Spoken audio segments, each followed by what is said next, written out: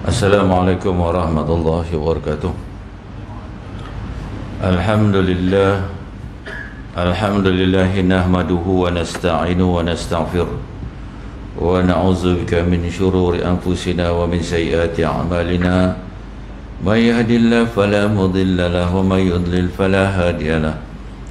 Asyhadu an la ilaha illallah wa asyhadu anna Muhammadan abduhu wa rasuluh. Allahumma salli ala Sayyidina Muhammad wa ala alihi wa sahbihi wa man tabi'ahum bi ihsan ila yaumiddin. Amma ba'd. Rabbi shrah li sadri wa yassir li amri wahlul 'uqdatam min lisani yafqahu qawli. Qala subhanaka la ilma lana illa ma 'allamtana innaka antal alimul hakim. Wa la haula wa la quwwata illa billahil 'aliyyil 'azim.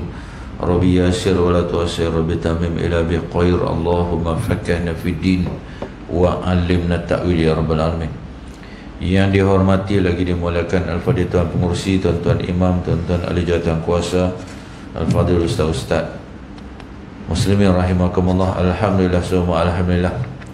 Bertemu kita sekali lagi dalam satu halaqah, yakni Kuala Subuh.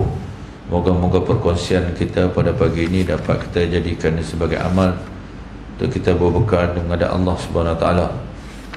Alhamdulillah, hari ini kita sambung balik pengajian kita baru mazi, yakni dalam satu bab apa? Babul majaa fi karahiyati turuqi rajulin ahlahu laila. Bab yang telah datang ia pada menyatakan hadis yang menunjukkan ia atas tegah masuk ke negeri pulang lelaki mendapatkan anak isterinya, yakni malam. Satu hadis daripada Nabi Muhammad SAW dulunya. Kita pun pernah dengar lah, orang tua kata apa, kita kalau maghrib tu jangan masuk rumah, jangan melewat rumah lah, ataupun jangan balik jauh-jauh malam. Rupanya ada hadis sebenarnya kan? Zaman Nabi Muhammad SAW tu, ketika zaman Nabi Muhammad SAW, dan orang kata apa, budaya Arab pun macam tu juga. Ketahuilah kiranya ya saudaraku, apabila seorang ada mempunyai isteri, kemudian keluar ia musafir jauh dengan meninggalkan isteri itu, maka apabila kembali daripada musafir itu, tidaklah sayogianya terus masuk ke dalam negeri apabila sampai ia ke tepi negerinya pada malam hari, dan tidak orang dalam negeri daripada isterinya dan sanak saudaranya tahu akan ia telah tiba. Dulu Rasulullah SAW ketika mana bermusafir ataupun balik daripada berdagang ke apa,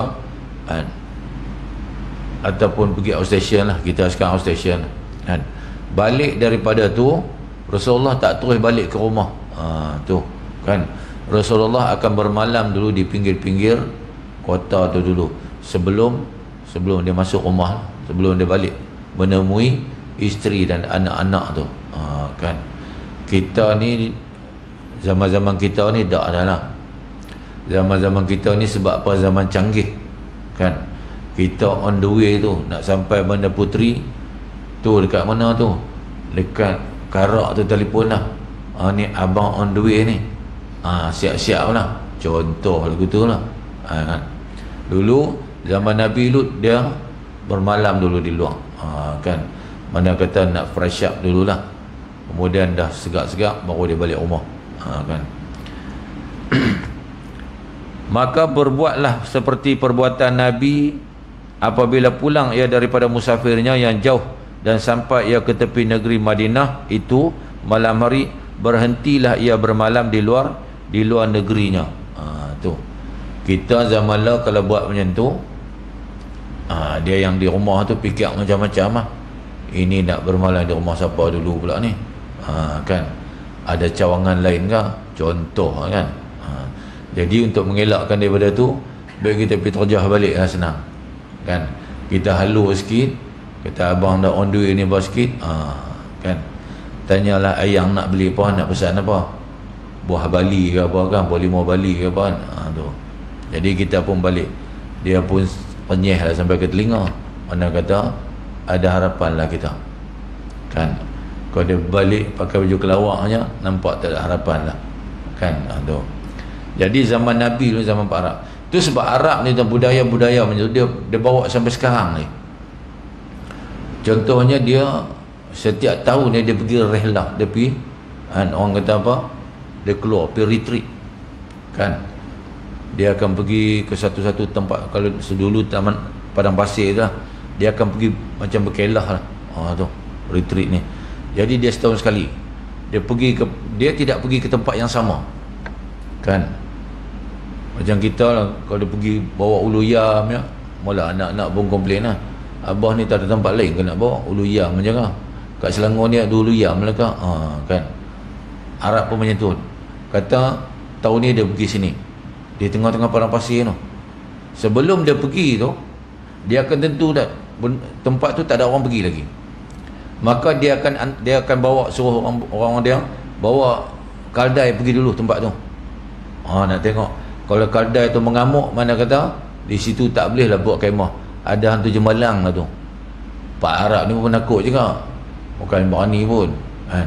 Tu dia pergi tempat lain tu. Jadi budaya tu kalau kita tengok orang-orang kayangan Arab lah dia buat kan. Kalau biasa-biasa ni tak ada. Macam kita je tuan, ujian tahun, cuti sekolah kan, anak-anak ajak, abah jom kita pergi sana lah kan. Tapi sini pergi sana, pergi sana, pergi sini. Kadang-kadang kita ada spare dah duit tu, ni untuk retreat apa semua tu kan. Itu keluarga yang bahagia tu kan. Dia dah ada semua tu belanjaan tu kan. Jadi Nabi nak ajak kita apa? Nabi nak cerita lah dekat kita bahasanya perkara ni berlaku dulu kan.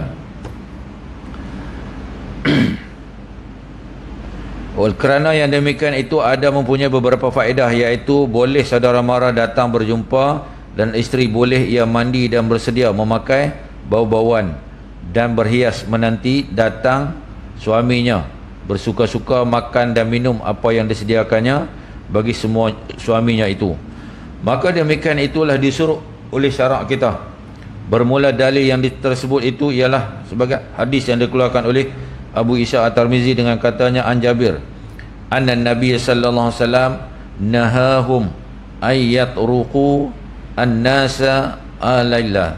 Diriwayatkan daripada seorang sahabat bagi Nabi sallallahu alaihi wasallam, Jabir bin Abdullah radhiyallahu anhu, bahwasanya Nabi sallallahu alaihi wasallam telah menegah ia akan mereka itu bahawa masuk ke negeri waktu sampai ke negeri kepada perempuan-perempuannya malam-malam. Tu tak bagi. Kita pun samalah orang tua kita dulu. Kalau agak-agak maghrib baru sampai rumah tu, jangan masuk. Pergilah, pergi semayang mana-mana dulu. Sekejap lagi lepas maghrib tu, tenang sikit baru masuk. Takut apa? Ada yang mengekok tu. Dan kalau rumah tu ada anak-anak kecil, kan? Tak boleh. Tu orang tua kita dulu pesan, maghrib tutup habis. Tingkap-tingkap apa semua. Pintu-pintu apa semua. Dan juga tengah-tengah malam. Tu sebab kita suami-suami ni, kalau pergi orang kata apa, bersidang kat kedai-kedai mamak tu, jangan sampai pukul 12 malam baru balik. Tengah-tengah malam pukul 12 baru nak balik. Kalau baliklah lepas tu sikit, tu pukul 1 kat okey lah kan. Jadi kalau suami tanya pun, bolehlah baca hadis ni, awak abang balik ni jauh-jauh malam sangat, cerita kat dia. Nabi cerita jangan balik waktu maghrib, dan jangan balik tengah-tengah malam, balik ke dini hari sikit, boleh lah kan. Macam tu cerita dia kan. Sebab hadis ni hadis sahih, boleh kita nak buat hujah apa semua kan.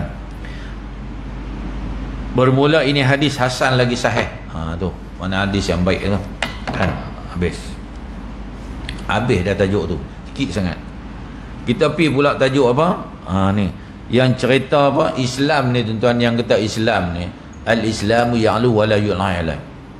Sekecil-kecil perkara pun dia cerita. Tu yang kata sempurnanya Islam. Kita nak cerita apa nak kita tengok. Tajuk yang baru, babul maja'a fi tatribil kitab. Bab yang telah datang ia pada menyatakan hadis yang membicarakan menabur debu di atas suratan supaya kering dakwat, yakni tinta yang basah di kertas. Dulu, zaman dulu kita tengok zaman Perancis Silat tu kan. Perancis Silat ni awal lagi, dulu zaman Rasulullah tu, tulis dulu dengan dia punya pen tu, bulu ayam tu, tinta dia tu dakwat basah. Kau tulis tu lambatlah kering. Kita lah kita tengok orang yang sign MOU apa semua, Lepas dia gelek benda tu kan. Dulu tak ada benda gelek. Sekarang ni bukan kita benda gelek tu yang stemro pun dia gelek lah kan. Jadi zaman Nabi buat macam mana? Nak bagi clean sign tu, tabuk debu tu kan. Dulu kita jenis bedak ke apa, tiup sikit kan. Rupanya Islam ajak dah yang tu. Tu sebab kita tengok cerita orang putih dulu dia buat yang tu, kita kata canggih sungguh orang putih. Sebenarnya bukan orang putih canggih, orang Islam lagi canggih kan. Itu sebab apa yang ada dalam dunia ni sekarang, segala teknologi itu semua dipelopori oleh tu ilmuwan Islam dulu. Jam yang pakai air itu pun Islam buat kan. Tu jadi orang putih ni dia duplicate-nya, lepas tu dia kata dia punya. Kita pun belajar lah sejarah, semua orang putih, orang Islam ni tak bagus langsung. Rupa-rupanya Islam lah yang mempelopori ilmu sains ke apa semua ni. Tu. Ketahuilah kiranya ya saudaraku, adalah orang-orang dahulu menulis dengan tinta sebagaimana kita sekarang menulis dengan tinta. Kita sekarang pun tulis pakai tu juga, tapi kita tak pakailah bulu ayam tu dah, pakai pen macam-macam pen lah, lain lah macam-macam pen kan. Lepas tu tulis-tulis kadang-kadang kering terus kan. Yang kita tengok MOU tu saja ada gelek tu, saja nak tunjuk aja kan. Kalau tak gelek pun kering dah. Saja tu hang gelek pi aku gelek mai, contoh ialah tu kan. Tu indah kabak daripada rupanya kan. Gelek apa alhamdulillah, tu habis semua lah. Duit habis, benda tak ada kan. Launch kapal sengit pula kapal, masuk balik dok, padahal tunggu berapa puluh tahun dah. Contoh itu lah duk, pasal duk gelek main pasal kan. Tu jadi jangan gelek. Nak pergi gelek, pergi di tempat-tempat dandut. Tu gelek betul memang kan.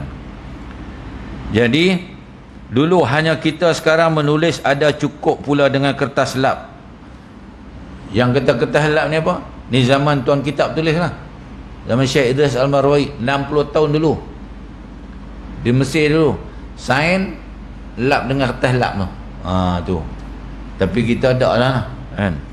Maka apabila sudah habis kita menulis satu perkara, maka kita keringkan tulisan itu dengan kertas lap. Tetapi orang dulu tidak ada lap. Apabila mereka itu menulis sesuatu, maka ditabur mereka itu dengan debu di atasnya supaya kering tulisan itu, dan bergantung mereka itu dengan hadis sebagai yang dikeluarkan oleh Abu Isa At-Tirmizi an Jabir lagi. Jabir juga yang meriwayatkan hadis ini. Anna Rasulullah SAW qala iza kataba ahadukum kitaban falyutarrabu fa innahu anjahul lil hajat. Diriwayatkan daripada seorang sahabat bagi Nabi SAW namanya Jabir bin Abdullah radhiyallahu anhu, bahwasanya Rasulullah SAW bersabda, ya apabila menulis seorang daripada kamu akan satu surat, maka hendaklah tabur dengan tanah akan dia, kerana bahwasanya ialah yang lebih memajukan bagi hajat. Tu takat verbal ni saja tak guna. Dulu lagi cakap pakai cakap ni tak guna.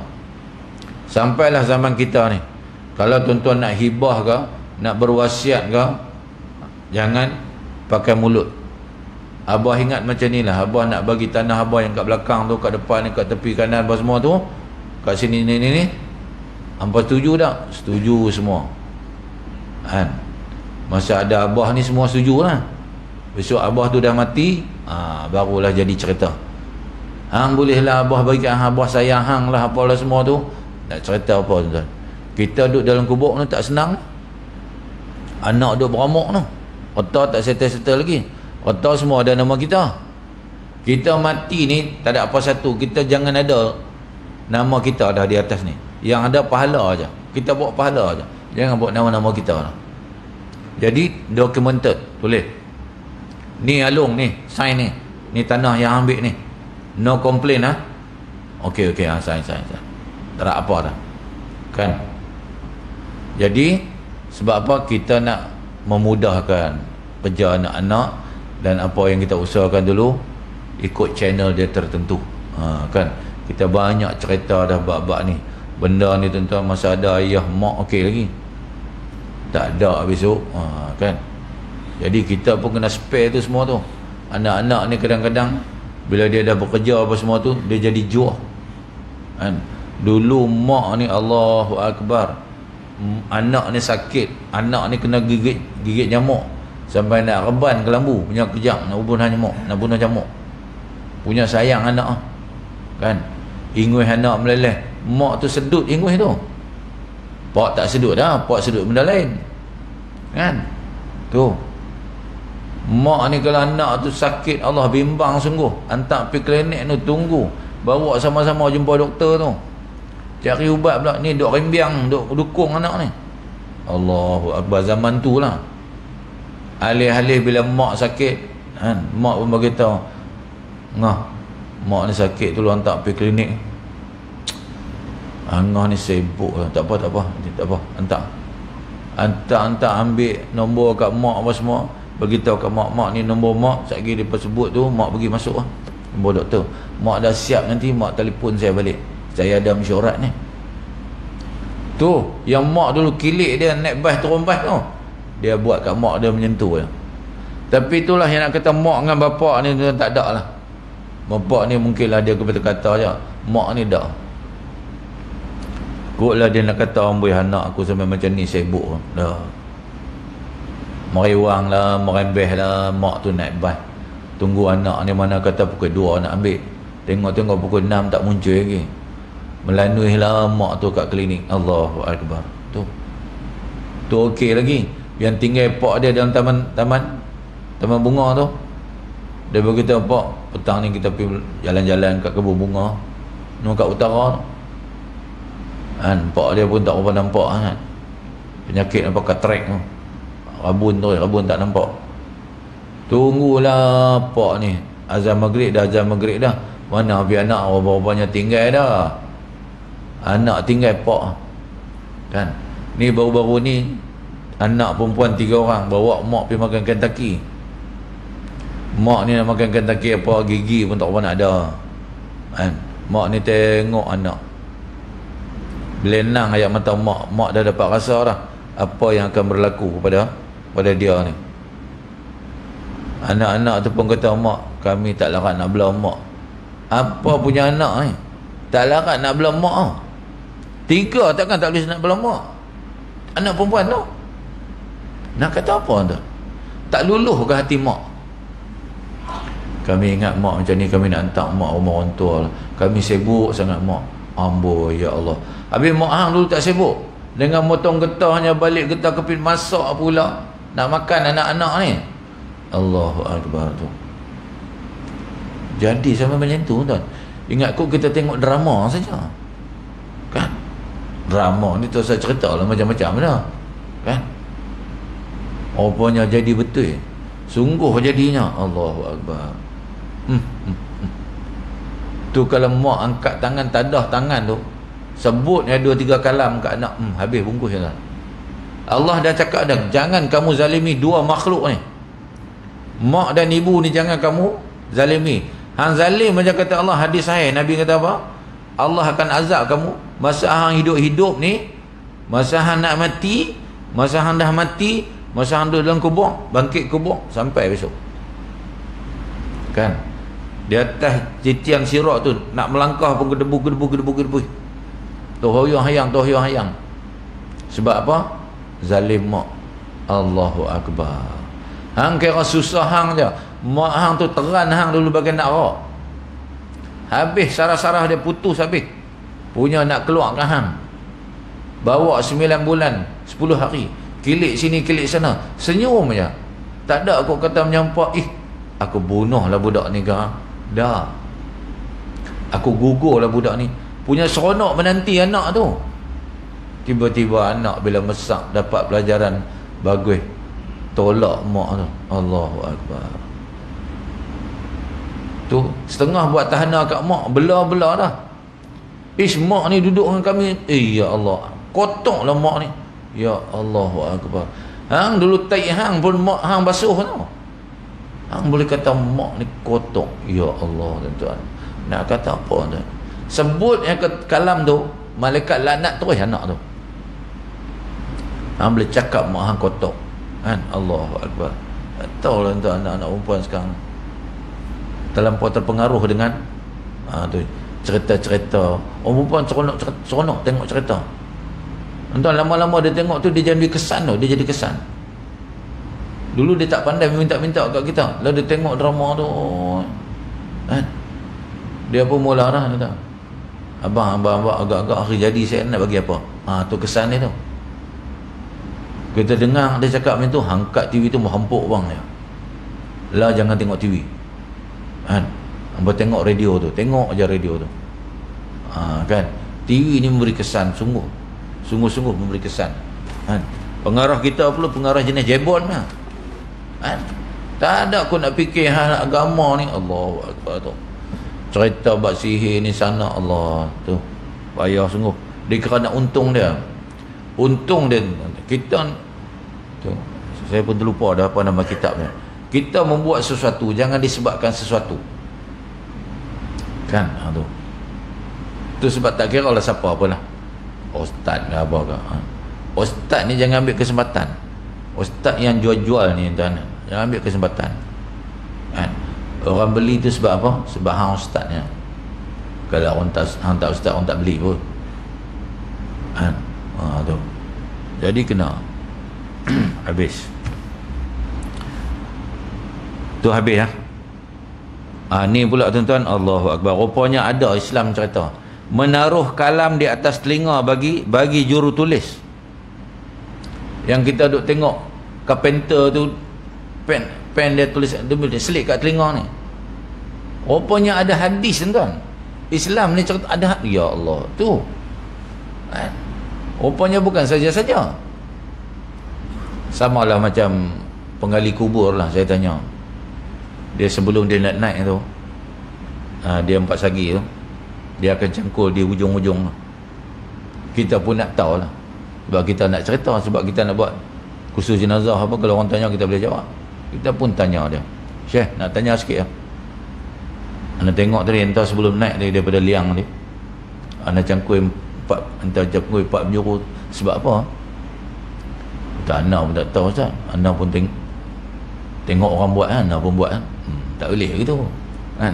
Lagi orang tanya, kita nak kata apa? Kok ada petua apa ke, tak bagi tanah terban ke apa ke, nak bagi malaikat masuk senang ke, kuat lah. Tak dapat jawapan sampai sekarang. Nak tanya yang hotel-hotel habis dah pun.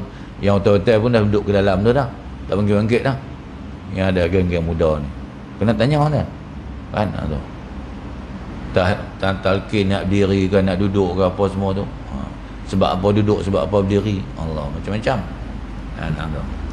Menaruh kalam di atas telinga bagi juru tulis. Sesungguhnya banyak orang-orang buat menaruh kalam menulis di atas telinga pada masa beristirahat daripada menulis. Ni dulu Nabi Muhammad SAW, sahabat-sahabat yang Qatibul Wahyu ni, yang tulis wahyu Nabi ni, membukukan wahyu-wahyu Nabi ni, maka kadang-kadang wahyu yang panjang tu Nabi bagi tahu sahabat-sahabat ni tulislah kan. Salah seorang daripada Huzaifah kan, Ali Yamani apa semua tu, Zaid bin Thabit apa semua tu. Jadi bila tulis banyak-banyak, rehat tu. Bila tak rehat, Nabi kata apa? Bubuh pensil tu kat sini, pen ke apa sini. Nanti kalau nak mula balik senanglah ambil kan. Tapi mai ke kita ni dia lupa, ya Allah. Tok Wan tu dah pakai dah cermin mata ni. Tanya lagi cucu, mana spek Tok Wan ni kat mana? Kan? Tu yang nak kena belasah dengan cucu ni. Apalah Tok ni? Tu pun tak nampak. Yang kat mata tu bukan? Oh ya, sungguh lah. Tu kita punyalah pelupa. Makan semut banyak sangat. Kan? Tapi bukan kita kat sini. Kita tempat orang lain lah. Tu kadang-kadang menyapu tu, kita punya isteri menyapu tu, bila menyapu nak ambil barang, kapit menyapu tu sini. Lepas tu cari pula, bang penyapu kat mana? Yang kat celah ketiak hang tu apa, ngong, dah kena sebiji. Tapi kita tak cakap lah macam tu kan. Dia kata yang weh ni kat ketiak tu, Allahu Akbar, lupa dah. Kan ada jenis macam tu. Jadi maka yang demikian tiada salah, bahkan bagus memperbuatnya menurut sebagaimana suruh Nabi kita, seperti dalam hadis yang dikeluarkan oleh Abu Isa Tirmizi an Zaid bin Thabit qala daqaltu ala Rasulullah sallallahu alaihi wasallam wa baina yadayhi katibun fasami'tuhu yaqul dha'il qalama 'ala al-uzunika fa innahu azkaru lil mumli. Diriwayatkan daripada seorang sahabat bagi Nabi sallallahu alaihi wasallam, Zaid bin Thabit radhiyallahu anhu, katanya telah masuk aku atas Rasulullah sallallahu alaihi wasallam dan di hadapannya seorang jurutulis, maka aku dengar akan dia bersabda, letakkan olehmu akan kalam penulis kamu atas telinga kamu, kerana bahasanya lebih mengingat ia pada orang yang direncanakan. Mudah ingat kan, teringat balik nak tulis tu ada kat telinga ni kan.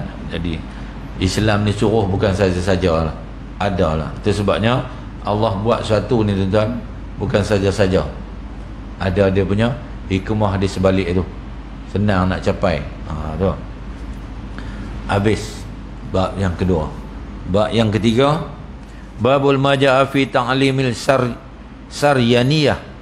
Saryaniyah ni bahasa Yahudi.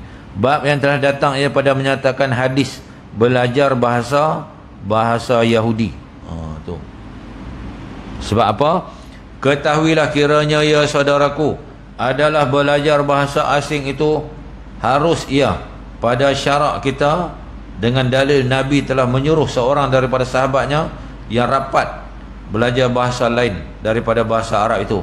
Nabi suruh, Nabi menggalakkan kita belajar bahasa yang lain selain daripada cakap bahasa Melayu, orang putih kan, lepas tu Cina, lepas tu Arab kan. Tu. Tapi macam kita di sini belajar bahasa Cina bagus ya kan, pada anak-anak cucu-cucu hantar semua Cina kan. Sebab apa? Dia orang tak boleh lah sembarang kita. Contoh kalau kita beli spare part harga RM45, kita beli dia bagi RM35 tu, kita tak ada nak tawak, dia bagi dah. Tapi kalau geng dia mai beli, adakah sama? Tak, lagi kurang, lagi less pada 35 tu. Dan pada tu dia bercakap pula kan, alah kat Melayu ni kita bagilah banyak ni kan.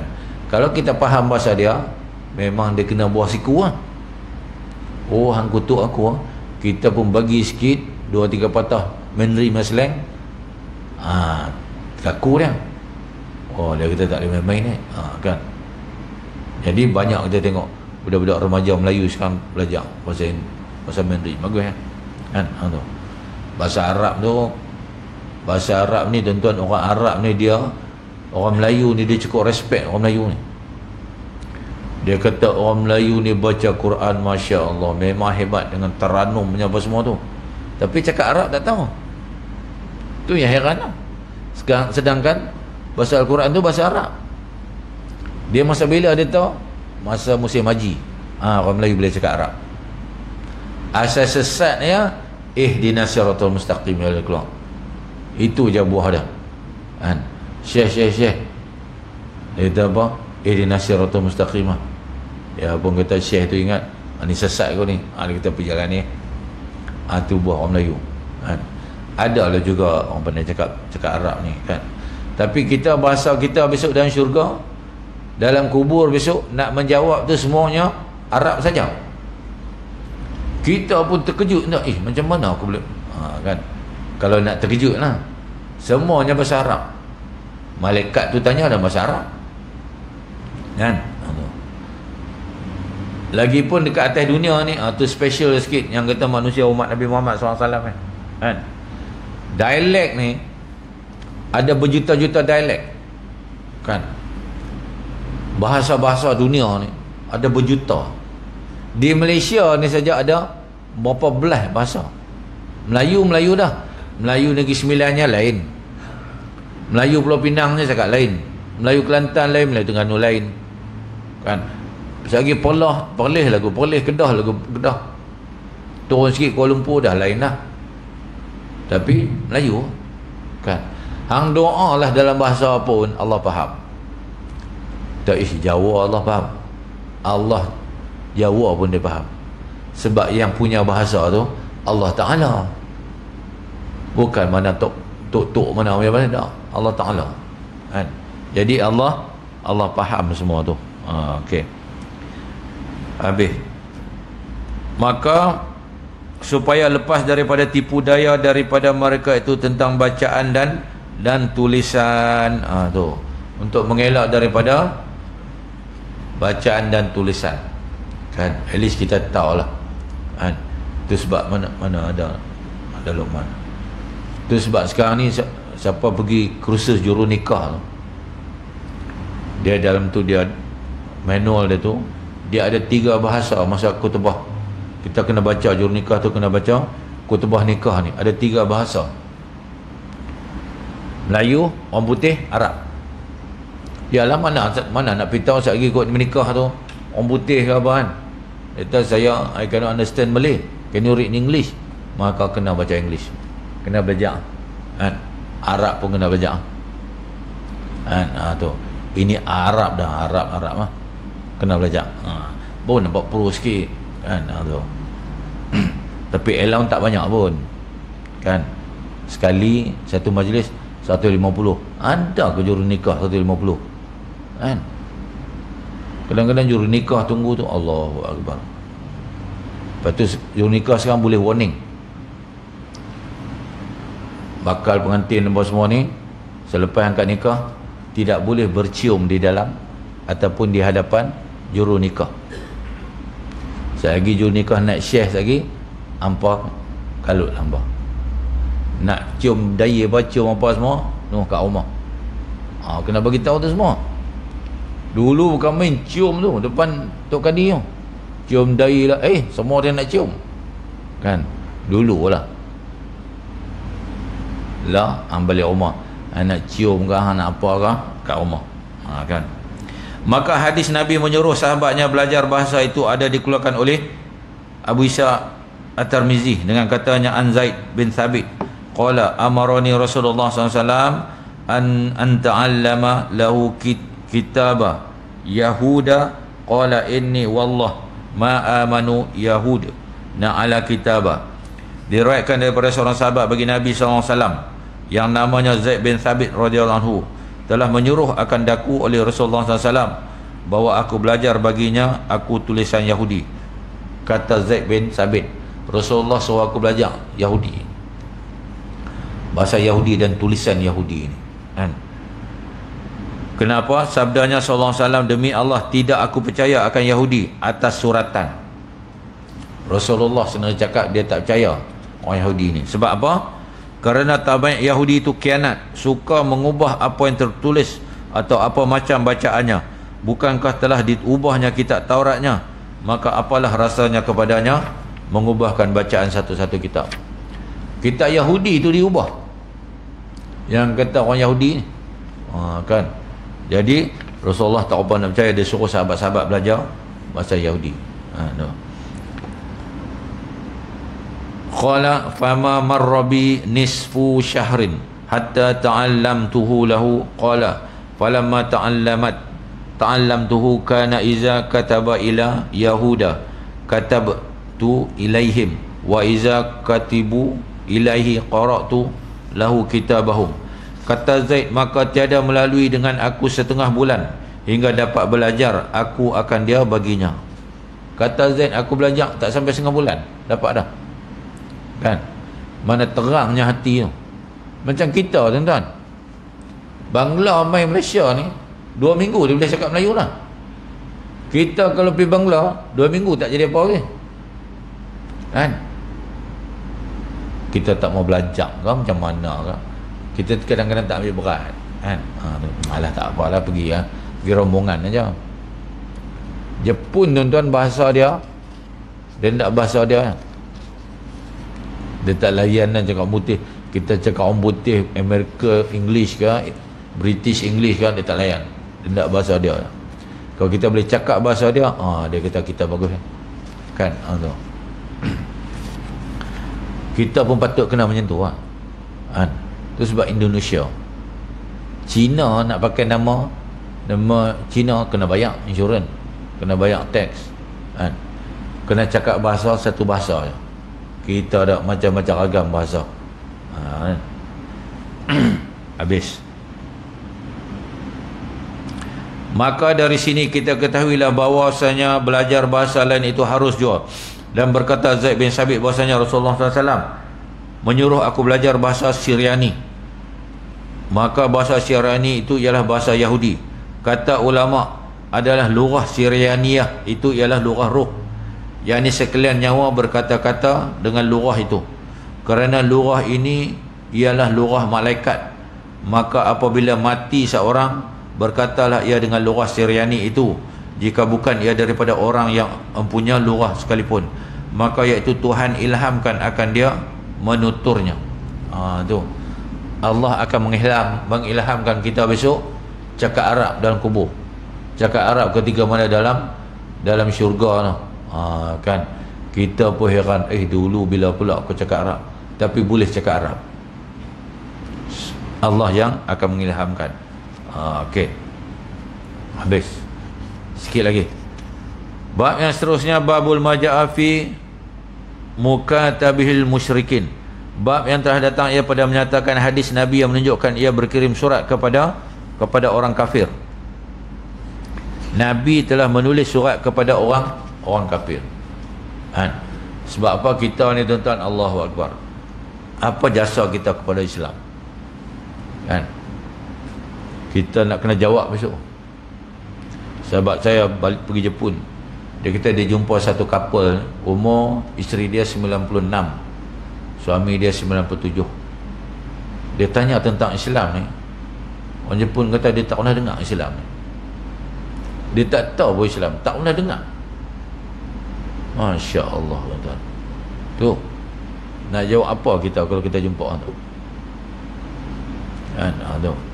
Sebab Jepun ni tuan-tuan, dia negara dia TV dia tu dia tak tunjuk cerita-cerita luar, tak tunjuk. Artis dia beranak nak tunjuk muka anak ke tak tunjuk dah, tak cerita. Kucing beranak ke apa tak cerita. Kita ni kucing accident masuk TV. Ya, artis kahwin itu saya cerita. Artis kahwin tu belum masuk nona ni, masuk hantaran berapa ribu lah apa semua tu, perhabis berapa ribu apa semua tu, masuk nona. 2 minggu lepas tu masuk melodi pula. Tadi nona sebab kahwin, masuk melodi sebab apa? Cerai pula. Baru 2 minggu kahwin cerai lah. Sebab apa? Kahwin tu bukan nak cari restu dah, nak menunjuk-nunjuk. Aku kahwin dengan ni, kahwin dengan tu. Kan? Buat tu di tempat-tempat. Allahu Akbar. Kemudian nak bagi sedap cerita, jemputan adalah anak-anak yatim. Mak Tafiz ni apa? Kat mana Mak Tafiz tu duduk? No, bucu-bucu tu ya. Yang VIP duduk kat dom. Kan? Tu cerita dah. Tu yang tak jadi apa majlis tu. Kan? Mempersendakan anak yatim. Sedangkan anak yatim tu adalah di kalangan daripada Nabi Muhammad sallallahu alaihi wasallam tu. Boleh persendakan pula. Allahu Akbar tu. Kan? Habis. Ketahuilah kiranya ya saudaraku, berkirim surat kepada orang kafir kerana menyempurnakan apa masalah Islam dan muslimin itu harus jua ia. Zaman Nabi dulu buat dah, kan? Seperti perbuatan Nabi kita sallallahu alaihi wasallam, dikirimnya surat-surat kepada sekalian raja-raja kafir itu, diserunya semuanya biar beragama Islam dan bersatu dengan muslimin pada agama. Tu Nabi Muhammad berani tak berani dia tuan-tuan? Semua raja-raja dia hantar surat. Dia tak kata awal-awal tu mukadimah tu, marilah kita masuk Islam, tak. Dia cerita dulu. Kan, kita ni macam ni Nabi. Last sekali macam tu. Itu specialnya tuan-tuan, dia tengok. Tuan-tuan tahu, dia tengok Zakir Naik. Dia punya flip tu. Dia terjah kena.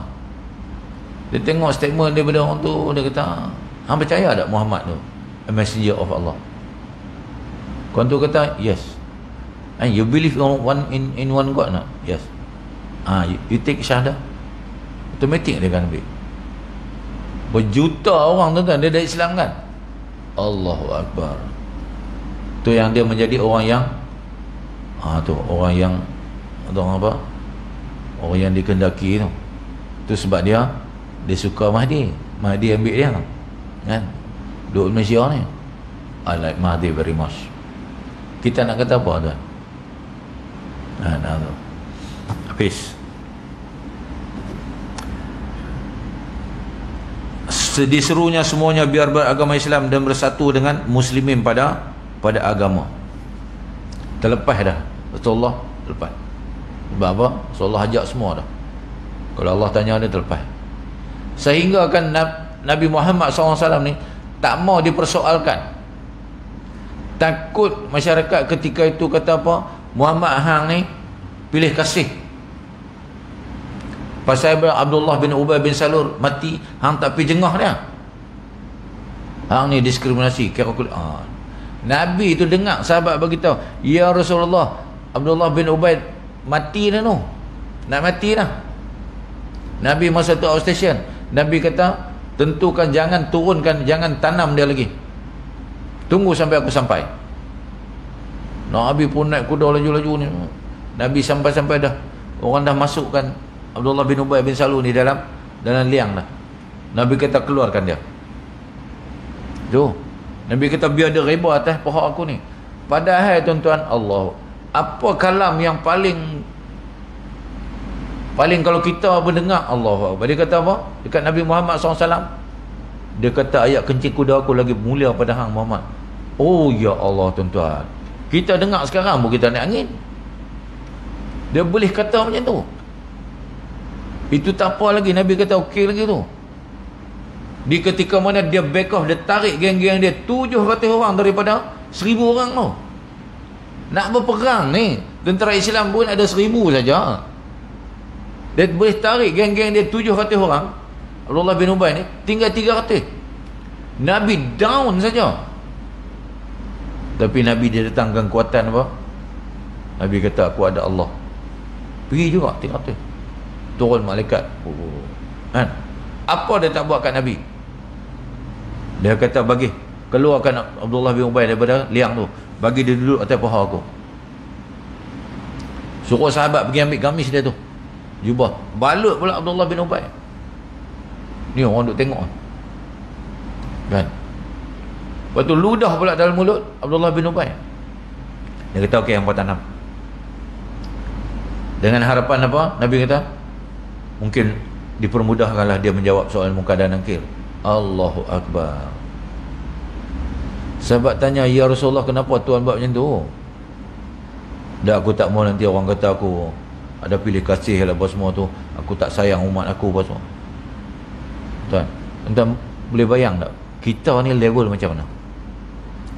Kalau ada orang yang hina dia pun dia buat macam tu, kita ni yang selalu selawat ni tuan, Allahu Akbar. Jadi selawatlah selalu kan. Sebab apa? Orang yang selawat ni, Allah selawat balik kat kita tu. Allah ni Tuhan. Dia suruh malaikat tu bawa kita main selawat ni, bagi kepada ruh, bagi kepada Nabi Muhammad SAW. Dan ada Allah kembalikan balik ruh, Nabi hidup balik jawab. Nabi kata apa? Aku jawab tu dan aku sedar siapa yang selawat kat aku kenal dia. Berapa ratus ribu dah tuan-tuan duk selawat ni tuan. Takkan Nabi tak kenal tuan? Kan? InsyaAllah besok kita mati nak mati je, Nabi pun sampai. Kita minta tu tuan. Kan? Macam mana salah seorang daripada yang pemuda yang Sufyan As-Sauri cerita tu, bapa dia mati ketika mana tawaf tu. Mati jatuh hitam terus. Tubuh bapa dia jadi hitam. Berkat selawat dia tu tuan-tuan, masa mati tu tuan-tuan dapat dah syafaat. Bapa dia ni kata budak anak dia duk selawat selalu. Nabi datang, Nabi usap wajah bapa dia daripada hitam jadi putih. Tuan-tuan dah putih dah, lagi melepak lah putih dia kan tu. tuan-tuan tak rugi kalau kita selawat.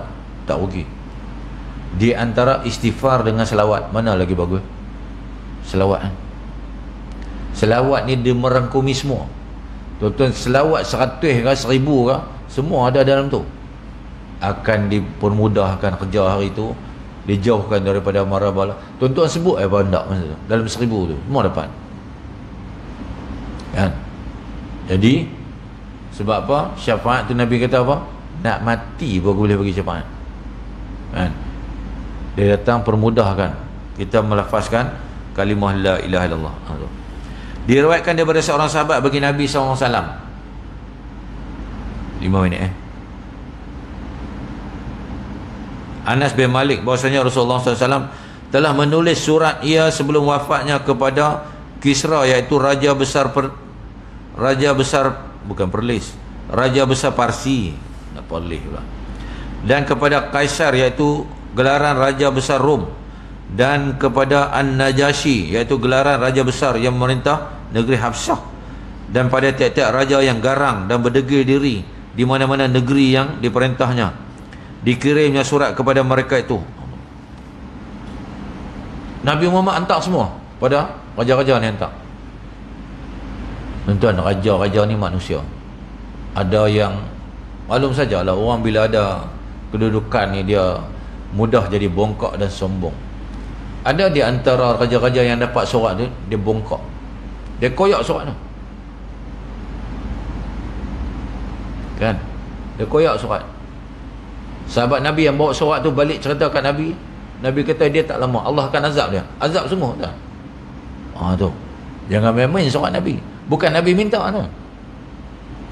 Nabi cerita apa dekat Allah? Aku nak ajak dia menyembah Allah, dia tolak, maka Allah kejar kau ya Allah. Allah bagi tu. Dia koyak tu, tunjuk dia main bongkak tu. Dia kata Muhammad ni siapa? Lu siapa? Dia kata perak. Dia koyak. Koyak tu koyak dia kan? Allah koyak tubuh dia juga. Oh, jangan main-main tuan. Jadi ada juga raja-raja yang senang terima. Raja Najashi kan? Jadi itu zaman Rasulullah. Sebenarnya kita pun macam tu je, tapi kerananya Nabi Muhammad SAW doa mendahului dah. Doa.